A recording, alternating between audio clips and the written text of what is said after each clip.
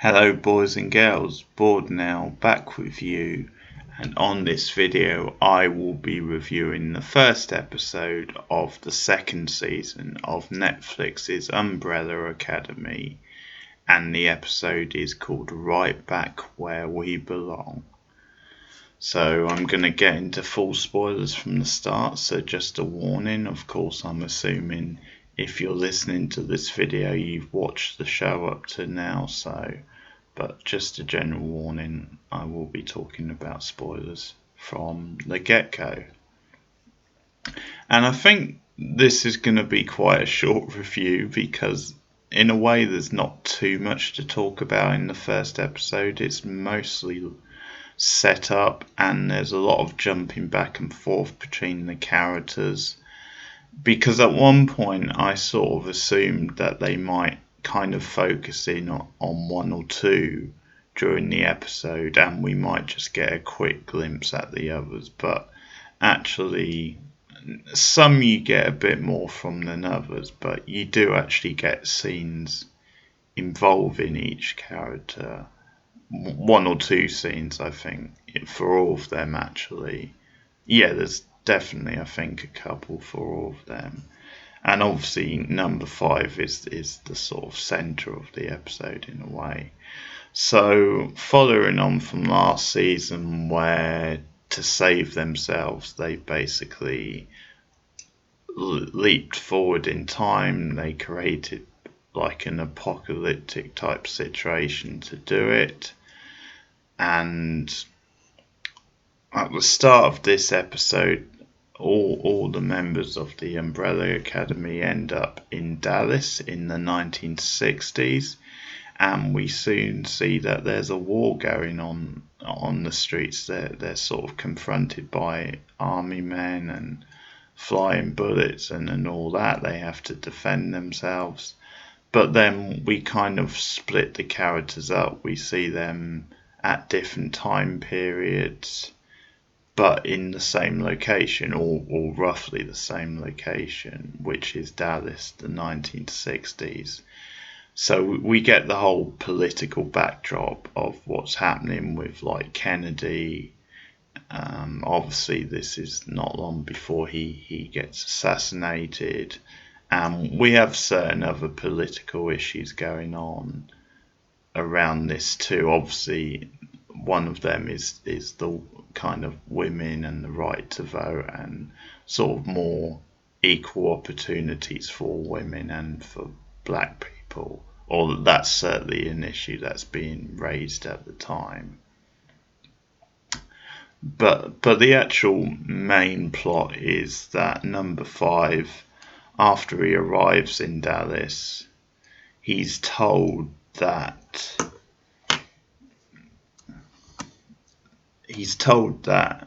basically they must save the world again, and that the world is due to end in a matter of days. I can't remember how many they said.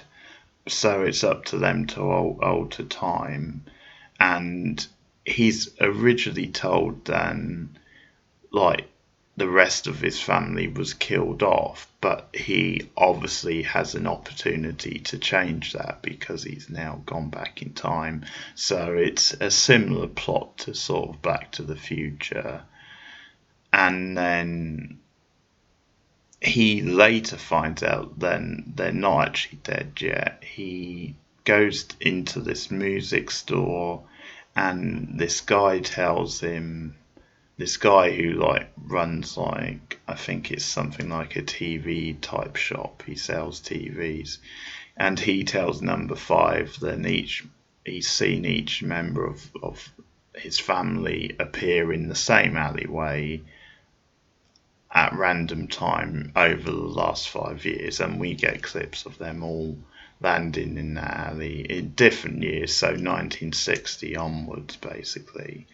So that's the setup. Then number 5 has to try and track them down. He has to try and bring them together, and ultimately they have to try and sort of change history and avoid the world ending once again.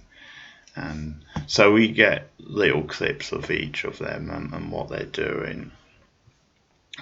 So before I kind of talk about the episode and my thoughts on it, I guess I'll just talk a bit about what each of them is doing. So Luther is like kind of a bare knuckle boxer sort of thing. He does that to make money. He's been hired by this rich sort of mobster, like almost as a bodyguard as well to have these fights.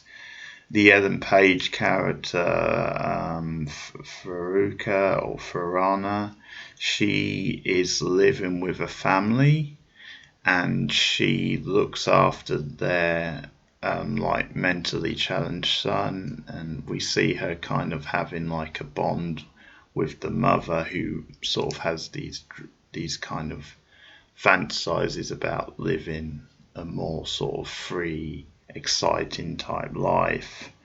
We have Diego, who has been placed in a mental institution because of him going crazy with the knives, and he was basically captured outside Lee Harvey Oswald's house, so looking to kill Oswald before what happens in history. We have Alison. She's living with a guy. I'm assuming they're just partners, but he's like a big sort of activist when it comes to like Black lives and African American rights. So they're obviously in a relationship, and he's got a lot of hope pinned on Kennedy. I think, well, then you've got Klaus as well, and he's still around with his ghost, and I'll talk a bit about what happens to him, but he basically steals someone's car in like a card game. He like loses the card game, but then like grabs onto his keys, and there's this whole thing.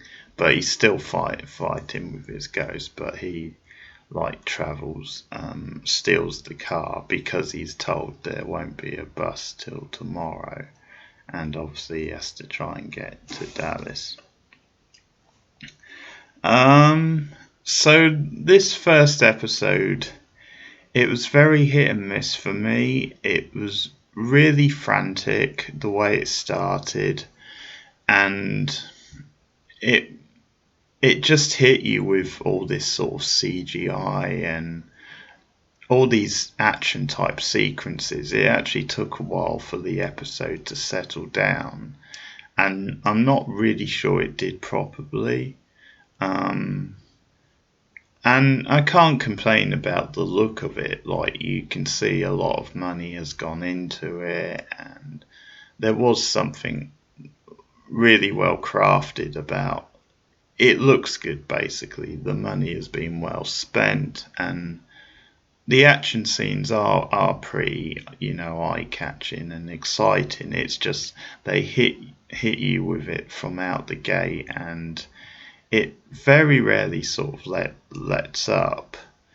And I did get the sense of this kind of going through the motions when it comes to characters and their stories, because obviously that's what made the first season tick. Yes, you had really cool moments of like superpowers and action type scenes, and they were well done. There was also quite a dark underbelly to the first season, which I quite liked. But definitely a focus that they really made the characters engaging and made their stories interesting. And I'm not quite sure if this season is going to follow suit. Now, it's a bit early to tell, so I'll give them the benefit of the doubt for this first episode, but I think because it was jumping about so much between them, rather than having a focus sort of like plot for each one and narratives, and it just sort of gave you little bits. And I think because of that, then by the nature of that, some plots are gonna gel and click a bit more better than others. I enjoyed the stuff with Ellen Page and the woman when they were bonding like over the joint.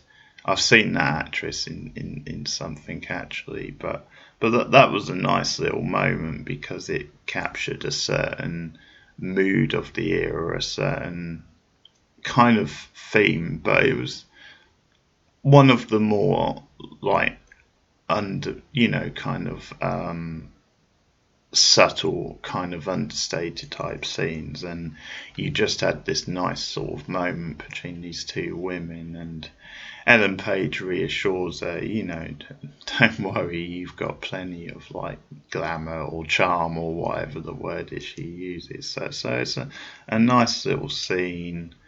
And there are sort of enjoyable moments in this first episode, but I did think it needed to calm down a bit at times. It was very sort of frantic and hyper.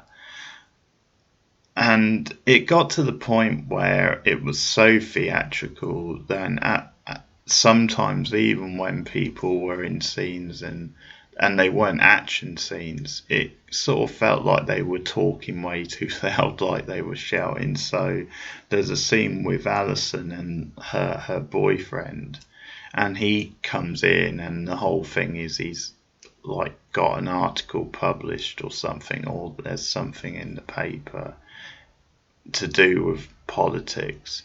And the way he comes in, you expect him to be excited, but he's almost shouting, and he doesn't really let off until like she comes in and starts talking. But I think when even a basic thing like that is quite high pitched, then you kind of get the impression that they are kind of cranking this up a bit. So I did feel it was a little bit messy and a bit too heightened, and because they're jumping about between the characters, there's a little too much going on, and certainly quite a lot of it didn't work. I thought Diego being like a bare knuckle boxer, it's like, oh come on, it's because he's big and muscly and the sort of silent type in a way. It's kind of cliched, but obviously, as I said, I'm going to give it some slack at the moment because we'll see where they're going with it. And I'm assuming when they come together and they're in the same place more, then it might settle down and be a bit more interesting. Now the Klaus scene in this, which I think it is actually, he only has one proper scene, that did kind of bug the shit out of me a little bit because you've got him and his ghost, obviously. That's still a thing, which I don't necessarily mind that. They did some good stuff with that in the first season. Now, the first season with Klaus, he was this very oddball, like comic relief type character. And I remember when he first shows up in the show, I got the impression he might grate on you pretty fast, but to their credit, his character does work well, I think, in that first season. But in this, yeah, I mean, first of all, he's wearing this ridiculous suit, which is, I mean, okay, it's quite funny, but it does look, yeah, it does look a bit over the top. But I don't know, like the comedy in his scene just didn't work very well. It was very sort of forced, and again, it was. I think there's something about this first episode of this season where it feels like it is a bit too smug with itself, a bit too clever, and it's almost like they're doing like this ongoing like comic sort of beats and stuff, and very sort of trying to be very smart with like the pop culture reference and the history references, and maybe just because the first season was so successful, it's almost like oh, we're back, we're in the swing, and we can do this, we can do that kind of thing. It does feel like it is a little too pleased with itself, and I certainly got that from the scene with Klaus. The Ellison stuff I think could be quite interesting. The Diego stuff I was a bit mixed on. There was some good stuff in it. As I said, he's in a mental institution, and the whole sort of deal is that he obviously tried to kill Oswald before he could assassinate Kennedy. So I guess that's quite interesting, although it's sort of thing that's been done before. But at one point, Number 5 visits him and kind of warns him, no, we're here for a purpose. We're here to stop this apocalypse. And that has to be the focus. You can't go about trying to alter history besides what we're meant to be doing, sort of thing. And Diego also has a girlfriend. He's obviously, we see him in like a therapy type session. And by the end of the episode, they do escape because Number 5, I think, until he gets the rest of the group together, decides, yeah, let's leave him in there till everyone's ready, and then we can maybe sort of bust him out. So he actually persuades the guards, and then Diego's misbehaving. But I think the Diego side is part of what bothered me about the episode as well, is then I think some of the time travel stuff and the idea and the way they're using history just feels very clunky and lame. It just feels like stuff that has been done so many times before. And there is one moment that bothered me particularly because he's talking about his father in the group therapy, and he works in this Star Wars reference, because he brings up Luke Skywalker when talking about his father. And it's this, obviously you can see what the joke is because they're in the 1960s, so it's before Star Wars has come out. And that's kind of the wink, and it's such a clunky joke. It is very lame, that sort of, pop culture type red. It's like, oh, haha, Star Wars is yet to come out. But I thought it was just very cliched, the whole, because they were talking about fathers and stuff. And he also has a girlfriend who is kind of, she's in a mental institution, but quite loopy. But they end up breaking out at the end together, and it's this whole thing because we see the bad guys as well, that they're coming after them. So, and we see them briefly at the start as well, when we're first seeing this apocalypse, but they go after them. So obviously they're there to kill off Diego, because, I guess to eliminate the threat. But no, it's a whole action scene, and him and the girlfriend escape together. So it looks like she's going to have a part in the season as well, which makes you wonder, do we need another character? There seems to be enough characters already, but obviously see what they do with her. I think my only other complaint, I know I've had a few already, but it's that I think the music cues are really forced as well. There's a lot of music in this episode, which I think tends to happen when you've got, characters time travel into the past. And they just really hit you over the head with it. First of all, the episode of the title, Right Back Where We Belong. I mean, they kind of use that song, and it's from when they land there. They land in the past, and I think overall there's just too many songs. It's almost like there's a musical cue for each kind of bit. So not that it isn't good music they use, but I think they definitely overdo it. But my hope is that things will settle down after this first episode. I should actually mention there's one more kind of interesting scene with Alison, because her and her boyfriend are at hold this meeting where they're talking about, kind of protesting and stuff, fighting for rights for African Americans. And it's like in this laundrette they own sort of thing, or they must know someone who owns it. So they have the meeting in there, and there's like this sort of stuffy white, like racist businessman, a local guy who says he owns a lot of the places, and he sticks his head in the door and is kind of being a bit, aggressive towards them because they're obviously holding this meeting.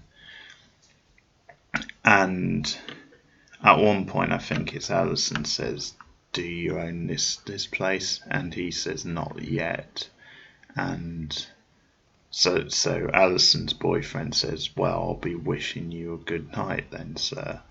And she kind of like closes the door on him, and that's when he gets quite aggressive, and we see him, or Alison actually kick him in the backside, and obviously he goes flying because of her power. Or she either kicks him or shoves him out, I can't quite remember. And there's like this look, and it's sort of played a bit as a gag, because Alison's boyfriend says, "What happened to being like ordinary," sort of thing. And she's like, "Well, him first," which I do like. That's a great response to it, because it's like, yeah, this is the guy who's causing the disturbance and just being racist. I do like Alison actually as a character, so yeah, and I think this could be quite a good plot for her. But yeah, that's episode 1 of the new season, so I'm a bit iffy on it at the moment. It's not the best of starts, and I did read a kind of similar review today in the paper, and I'm not quite sure if the original comic book went any further than the first season. I got the impression the first season adapted that comic book, and then maybe because of its success they decided to do more. Obviously you can see the potential in it for more, but yeah, it can be a problem sometimes if it becomes too much of like a money grab. But we'll see how it pans out. It might have just been a bit of a rough first episode. As I said, once they get into the characters and stuff, and get them all together, it might work a lot better. But that's my thoughts on Umbrella Academy, the start of the new season. So let me know what you think of it in the comments below. Like and subscribe if you are new to the channel, and look out for more TV reviews and also live streams. I've been doing a fair amount of those recently, including some Buffy themed ones. I'm also planning one for this weekend, this coming Saturday night, which I'll plug now, and that will be a live stream watch of Booksmart, the indie comedy from last year. So I would love to have you guys along for that tomorrow night, 11 p.m. and that will be Saturday, in case you're wondering.